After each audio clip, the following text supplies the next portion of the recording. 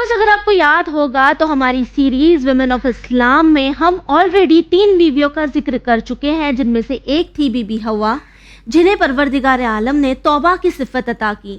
ہمارے دوسرے ایپیسوڈ میں ہم نے بات کی تھی بی بی سارہ کی، جنہیں پروردگار عالم نے جمال سے نوازا تھا، اور ہمارے تیسرے ایپیسوڈ میں ہم نے بات کی تھی بی بی رحمہ کی، جو کہ جناب ایوب کی بیوی ہیں۔ پروردگار عالم نے انہیں عفت کی کوالٹی عطا کی تھی۔ اس سیریز کے ہمارے چوتھے ایپیسوڈ میں ہم بات کریں گے بی بی آسیہ کی، اور یہ جاننے کی کوشش کریں گے کہ پروردگار عالم نے انہیں کون سی کوالٹی، کون سی خصوصیات سے نوازا ہے۔ اس سے پہلے آئیے استقبال کرتے ہیں سسٹر سید اسمی زہرا کا۔ السلام علیکم۔ وعلیکم السلام ورحمۃ اللہ وبرکاتہ۔ سسٹر، جس طرح ہمارے فرسٹ 3 ایپیسوڈ میں ہم کافی چیزوں پر بات کر چکے ہیں، اور آج چونکہ ہمارا چوتھا ایپیسوڈ ہے اور ہم ذکر کریں گے بی بی آسیہ کا، تو سب سے پہلے ہم چاہیں گے کہ بی بی آسیہ کا جو بھی بیک گراؤنڈ ہے وہ آپ ہمارے ویورز کو بتائیں۔ اعوذ باللہ من الشیطان الرجیم، بسم اللہ الرحمن الرحیم۔ جناب آسیہ کی شخصیت کے بارے میں ہم بات کریں اس سے پہلے ایک حدیث کا میں ذکر کرتی چلوں تاکہ یہ واضح ہو جائے کہ جناب آسیہ کا مرتبہ خدا کے نزدیک جو ہے بہت بلند ہے، کہ بہت ہی مشہور و معروف حدیث ہے کہ ہمارے آخری نبی خاتم الانبیاء حضرت محمد مصطفیٰ صلی اللہ علیہ وآلہ وسلم ارشاد فرماتے ہیں کہ بہترین زنان بہشت 4 عورتیں ہیں، یعنی جنتی عورتیں، عام زبان میں کہیں کہ 4 عورتیں ہیں بالخصوص جن کی طرف متوجہ کیا گیا ہے، اور وہ ہیں پہلی جناب خدیجۃ الکبریٰ، جناب فاطمۃ الزہرا سلام اللہ علیہا، جناب مریم اور جناب آسیہ۔ یعنی ہم دیکھتے ہیں کہ کافی عظمت ہے یقیناً کہ 4 جو کہ خاص ہیں عورتیں جو کہ زنان بہشت قرار پائی ہیں، ان میں جناب آسیہ کا شمار کیا جاتا ہے۔ جی، تو اس سے بھی واضح ہے کہ آپ کا مرتبہ بہت بلند تھا اور خدا کے نزدیک بہت ہی مقام و منزلت رکھتی ہیں۔ اور جناب آسیہ کی شخصیت کے بارے میں جب ہم جاننا شروع کرتے ہیں تو ہم پاتے ہیں کہ آپ بنی اسرائیل سے آپ کا تعلق تھا، اور مومنہ تھیں، آپ بہت ہی مخلصہ تھیں اور فرعون کی بیوی تھیں۔ لیکن ہم یہی دیکھیں کہ یہاں پر بھی کہ اکثر جو یہ سماج میں اگر ہم دیکھیں کہ کبھی مس میچ ہو جاتا ہے کہ شوہر بالکل اپوزٹ ہے اور لڑکی بڑی متقی پرہیزگار ہے، اور کچھ آگے چل کر لڑکی اگر بہک جائے اور پھر یہ ایکسکیوز دے چونکہ شوہر ہمارا درست نہیں تھا، خراب تھا، تو لہٰذا ہم جو ہے راہ راست سے ہٹ گئے، ہم نے اپنا تقویٰ چھوڑ دیا، ہم نے پرہیزگاری چھوڑ دی۔ تو ان تمام کے لیے ایک بہترین جواب جناب آسیہ کا کردار ہے۔ یہ فرعون سے بڑھ کر کے جو ہے ظالم اور جابر کون ہو سکتا تھا کہ جو خود کو خدا مانتا ہے اور دوسروں سے چاہتا ہے کہ اسے خدا مانا جائے، تو اس کی بیوی جناب آسیہ، لیکن وہ تو ثابت قدم رہیں۔ تو یہ آج کے لوگوں کے لیے یقیناً تمام کے لیے ایک پیغام مل رہا ہے۔ اور جناب آسیہ یقیناً ایک بہت ہی امپورٹنٹ کردار، خاص کر جناب موسیٰ نبی کے لیے، جناب موسیٰ علیہ السلام کے لیے دیکھیں تو بہت ہی امپورٹنٹ آپ کا رول رہا ہے کہ جناب موسیٰ علیہ السلام کو قتل سے بچانے میں جناب آسیہ کا بہت بڑا کردار رہا ہے۔ اور 3 ایسے خاص موقع بھی تھے کہ جہاں پر جناب آسیہ نے ہی بطور خاص آگے بڑھ کر کے جناب موسیٰ نبی کو، اللہ کے بہترین نبی کو، کلیم اللہ کو جو ہے بچایا ہے، قتل ہونے سے بچایا ہے۔ جس میں ایک موقع تھا کہ جب جناب موسیٰ علیہ السلام کو صندوق سے نکالا گیا تو آپ ہی تھیں، جناب آسیہ ہی تھیں کہ جنہوں نے کہا تھا کہ اس بچے کو قتل نہ کرو، اسے اپنا بیٹا بنا لو۔ اپنے شوہر سے کہا تھا کہ اسے قتل نہ کرو، اسے بیٹا بنا لو۔ پھر دوسرا موقع تھا کہ جب جناب موسیٰ کی والدہ کو دائی کے عنوان سے قبول کرنا تھا، تو یہ تھا کہ مسئلہ کہ جب بھائی یہ ہوا کہ ایک بچہ ہے اور نومولود ہے تو لہٰذا کسی دائی کا انتظام کیا جائے، کیونکہ بچے کے لیے انتظام کرنا ہے، نومولود ہے، اسے غذا کی ضرورت ہے۔ تو اس وقت بھی جو ہے دائی کا انتخاب کرنے کے لیے اس عنوان سے بھی جناب موسیٰ کی والدہ کا انتخاب کرنے والی جناب آسیہ ہیں، کہ وہاں پر بھی وہ جناب موسیٰ کو اس طرح سے پروٹیکٹ کرنے کے لیے اور ان کی حفاظت کرنے کے لیے اور ان کی پرورش کے اعتبار سے اس طرح کوشش کر رہی ہیں۔ اور تیسری مرتبہ آپ نے بچایا ہے جناب موسیٰ نبی کو کہ جب جناب موسیٰ علیہ السلام نے فرعون کی داڑھی کو نوچ لیا تھا، اور فرعون کو اس بات پر بڑا غصہ آیا تھا اور عنقریب تھا کہ وہ چاہتا تھا کہ قتل کر دے، لیکن ایسے عالم میں بھی جناب آسیہ ہی تھیں کہ جنہوں نے اللہ کے نبی کی حفاظت کی تھی اور بچایا تھا۔ اچھا، یہ جناب آسیہ نے یہ کردار اس وقت دیکھیے ادا کیا کہ جب فرعون کو ان کے دل کا حال معلوم نہیں تھا اور آپ تقیہ کیے ہوئے تھی، اختیار کیے ہوئے تھی، جی، یعنی آپ مخلصہ تھیں اور تقیہ اس وقت، اور یہاں تک کہ جناب آسیہ کے بارے میں پایا جاتا ہے روایتوں میں کہ آپ ایک لمحے کے لیے بھی کافر نہیں تھیں، آپ ایک لمحے کے لیے بھی کفر کی جانب نہیں آئی تھیں. یعنی ہم یہ نہیں کہہ سکتے کہ ہاں ایک وقت رہا ہوگا کہ آپ پلٹ کر آئی، نہیں، بلکہ شروع سے ان کے دل میں خدا کے لیے محبت موجود تھی، تبھی روایتوں میں ان چیزوں کا ذکر کیا گیا ہے. حیات القلوب میں بھی اور دیگر کتابوں میں بھی اس بات کا ذکر ہے. لہٰذا آپ تقیہ میں ہیں، اور اکثر یہ ہوا ہے کہ تقیہ کے فلسفے کو بھی اس سے فائدہ بھی آپ نے اٹھایا. تقیہ کا دیکھیں فلسفہ بھی سمجھا دیا کہ جو بعض اوقات انسان کنفیوزڈ ہوتا ہے کہ تقیہ کہاں کرنا چاہیے، کہاں پر نہیں کرنا چاہیے، کہاں پر جو ہے حق بیانی کرنی ہے، کہاں پر تقیہ سے کام لیا جائے. تو یہ جناب آسیہ نے بھی اس بات کو واضح کر دیا. کس طرح سے کہ جس زمانے میں موسیٰ کلیم اللہ کی جان کی حفاظت ضروری تھی، اللہ کے نبی کی حفاظت ضروری ہے، ابھی ان کی پرورش کا معاملہ ہے، ابھی وہ چھوٹے ہیں، تو لہٰذا اس وقت آپ تقیہ میں ہیں، اور تاکہ اللہ کا نبی محفوظ رہے، پروٹیکٹ کر سکیں، یقیناً انہیں بچا سکیں، ان کی حفاظت کر سکیں، ان کی پرورش کر سکیں. اور اس کے بعد یہاں تک کہ تو تقیہ کر رہی ہیں، لیکن جب امانت خدا کی حفاظت کر چکی، جناب موسیٰ کو پروان بھی یقیناً چڑھا ہے، بڑے بھی ہو گئے. اب جب جناب موسیٰ نے اپنی رسالت کا اعلان کر دیا کھل کر کے، تو اب ان کے سلسلے میں فرعون کی گستاخیاں بھی چونکہ بڑھتی جا رہی تھیں، اور جناب موسیٰ علیہ السلام نے اپنی رسالت کا بھی اعلان کر دیا. اب تقیہ کی ضرورت نہیں تھی.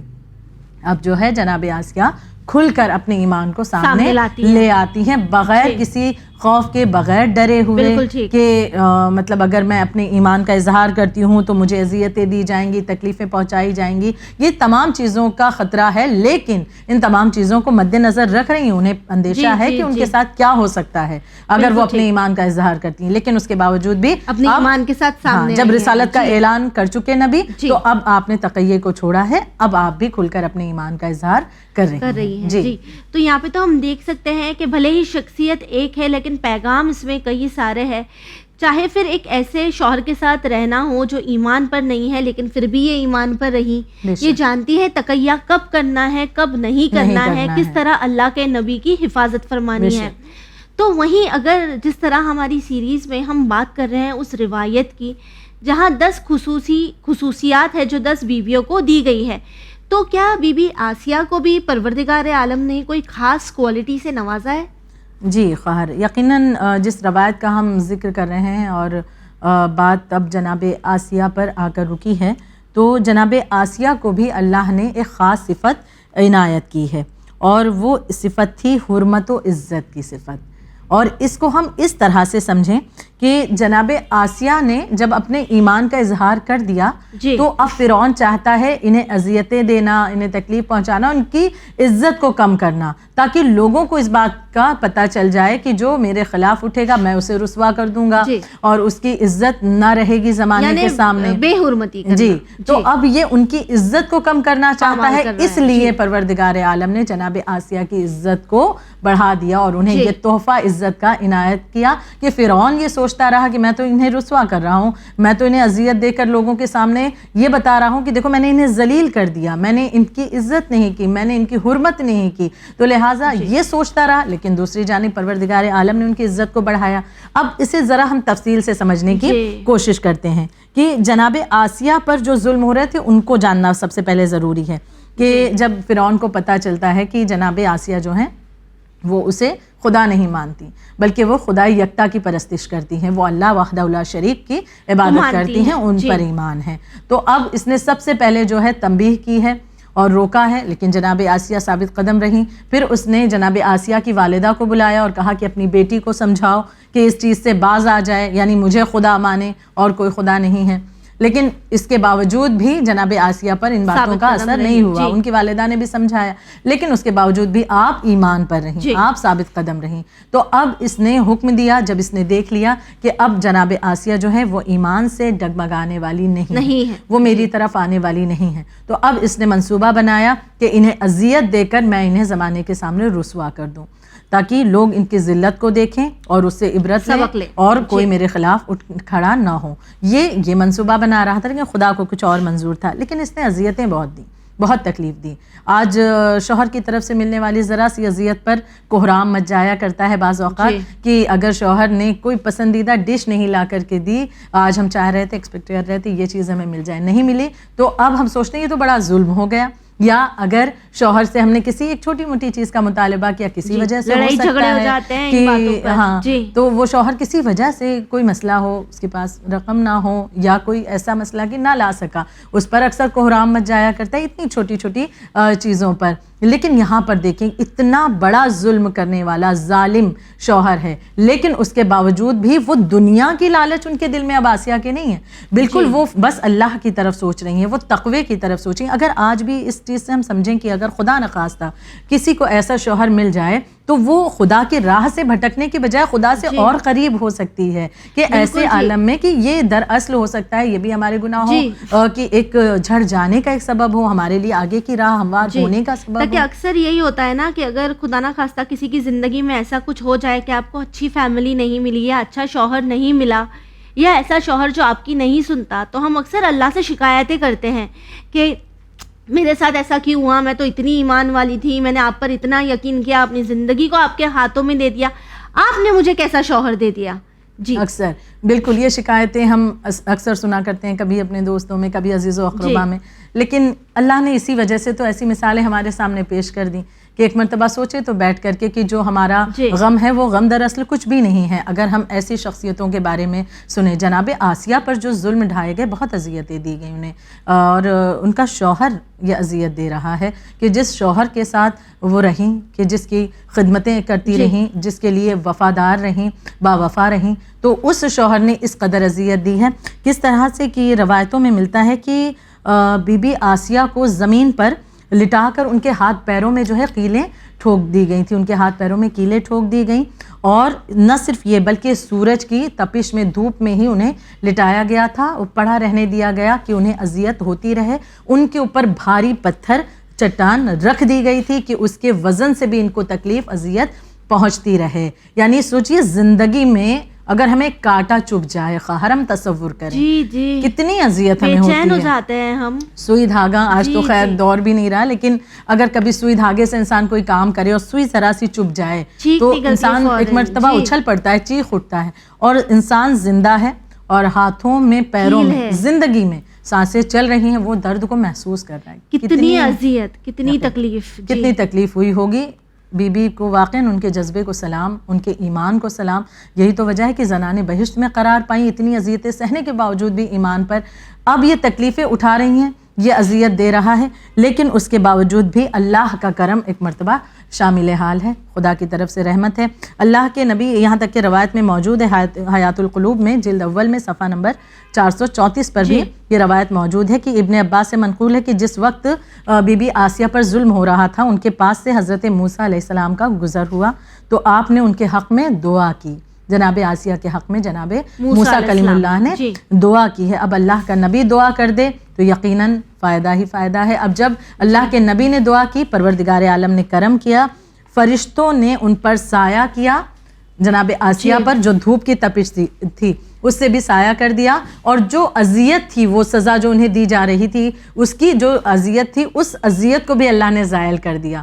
اب جب وہ تکلیف دور ہو گئی، زندہ ہیں لیکن تکلیف دور ہو گئی، سایہ بھی فرشتوں کا ہو رہا ہے. عام لوگوں کی نگاہوں سے یہ چیزیں نہیں وہ دیکھ سکتے ہیں، لیکن وہ محسوس کر رہی ہیں کہ وہ تکلیفیں زائل کر دی گئیں، ایک سایہ ہو گیا. اب جناب آسیہ مسکرانے لگیں. جب وہ مسکرا رہی ہیں تو یہ ملعون فرعون پریشان ہو رہا ہے، کہہ رہا ہے کہ میں اسے اذیت دیتا ہوں اور یہ مسکراتی ہے. تو یہ چیزیں، یہ جملے بھی پائے جاتے ہیں. لیکن جناب آسیہ اللہ کی بارگاہ میں اس طرح سے اپنے آپ کو پیش کر رہی ہیں، ان اذیتوں کو سہتے ہوئے بھی. یہاں تک کہ پایا جاتا ہے کہ آخری وقت میں جب فرعون کی اذیت یہ تمام دے رہا تھا، وہ سب معاملہ، اور یہ سوچ رہا تھا کہ اتنی اذیتیں شاید میں دوں گا تو اب یہ توبہ کر کے میری طرف آ جائیں گی اور کہیں گی نہیں اب میں اس خدا کی عبادت نہیں کرتی تو مجھ سے فریاد کریں گی. لیکن جناب آسیہ نے اس سے نہیں، اپنے رب سے ایک دعا کی ہے، فریاد بھی نہیں، ایک دعا کی ہے. اور دعا کیا تھی کہ جو کہ سورہ تحریم میں بھی موجود ہے، آیت نمبر 11 میں، کہ اے پروردگار میرے لیے جنت میں ایک گھر بنا دے اور مجھے فرعون اور اس کے عمل سے نجات عطا فرما اور ظالموں سے رہائی عطا کر. 3 دعائیں ہیں دیکھیے اس میں.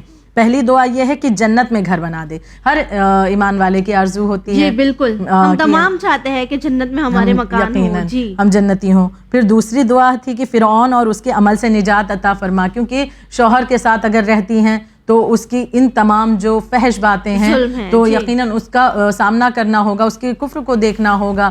تو لہٰذا آپ نے یہ دعا بھی کی ہے کہ مجھے جو ہے اس عمل سے، فرعون اور اس کے عمل سے نجات عطا فرما اور ظالموں سے بھی نجات عطا فرما. تو لہٰذا پروردگار عالم نے ان کی دعا کو قبول کیا ہے. فرعون کے چنگل سے اس طرح سے اللہ نے اپنی بارگاہ میں جناب آسیہ کو بلایا اور وہاں پر انعام و اکرام سے یقیناً نوازا، کیونکہ بے شک آپ اللہ کی بارگاہ میں ثابت قدم رہی ہیں. جی بالکل ٹھیک کہا آپ نے.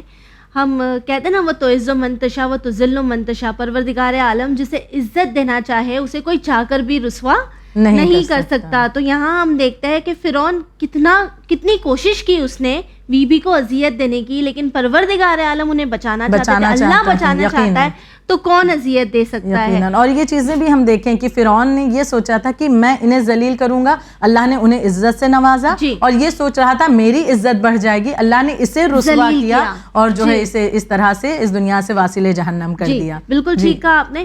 وہیں اگر آج کے وقت پر دیکھیں تو میں یہ سمجھتی ہوں کہ بی بی آسیہ ایک بہترین رول ماڈل ثابت ہو سکتی ہے ہم تمام کے لیے، تاکہ ہم میں سے کئی ایسے ہوں گے جو شاید کہیں نہ کہیں اپنی زندگی میں اس تھاٹ میں ہوں گے کہ ہم جس جگہ پر ہے وہاں پر ہمارے حساب سے چیزیں نہیں ہوتی، یا پھر جتنا ایمان ہم رکھتے ہیں، ہم جن فیملیز میں ہیں وہاں لوگوں میں اتنا ایمان نہیں ہے.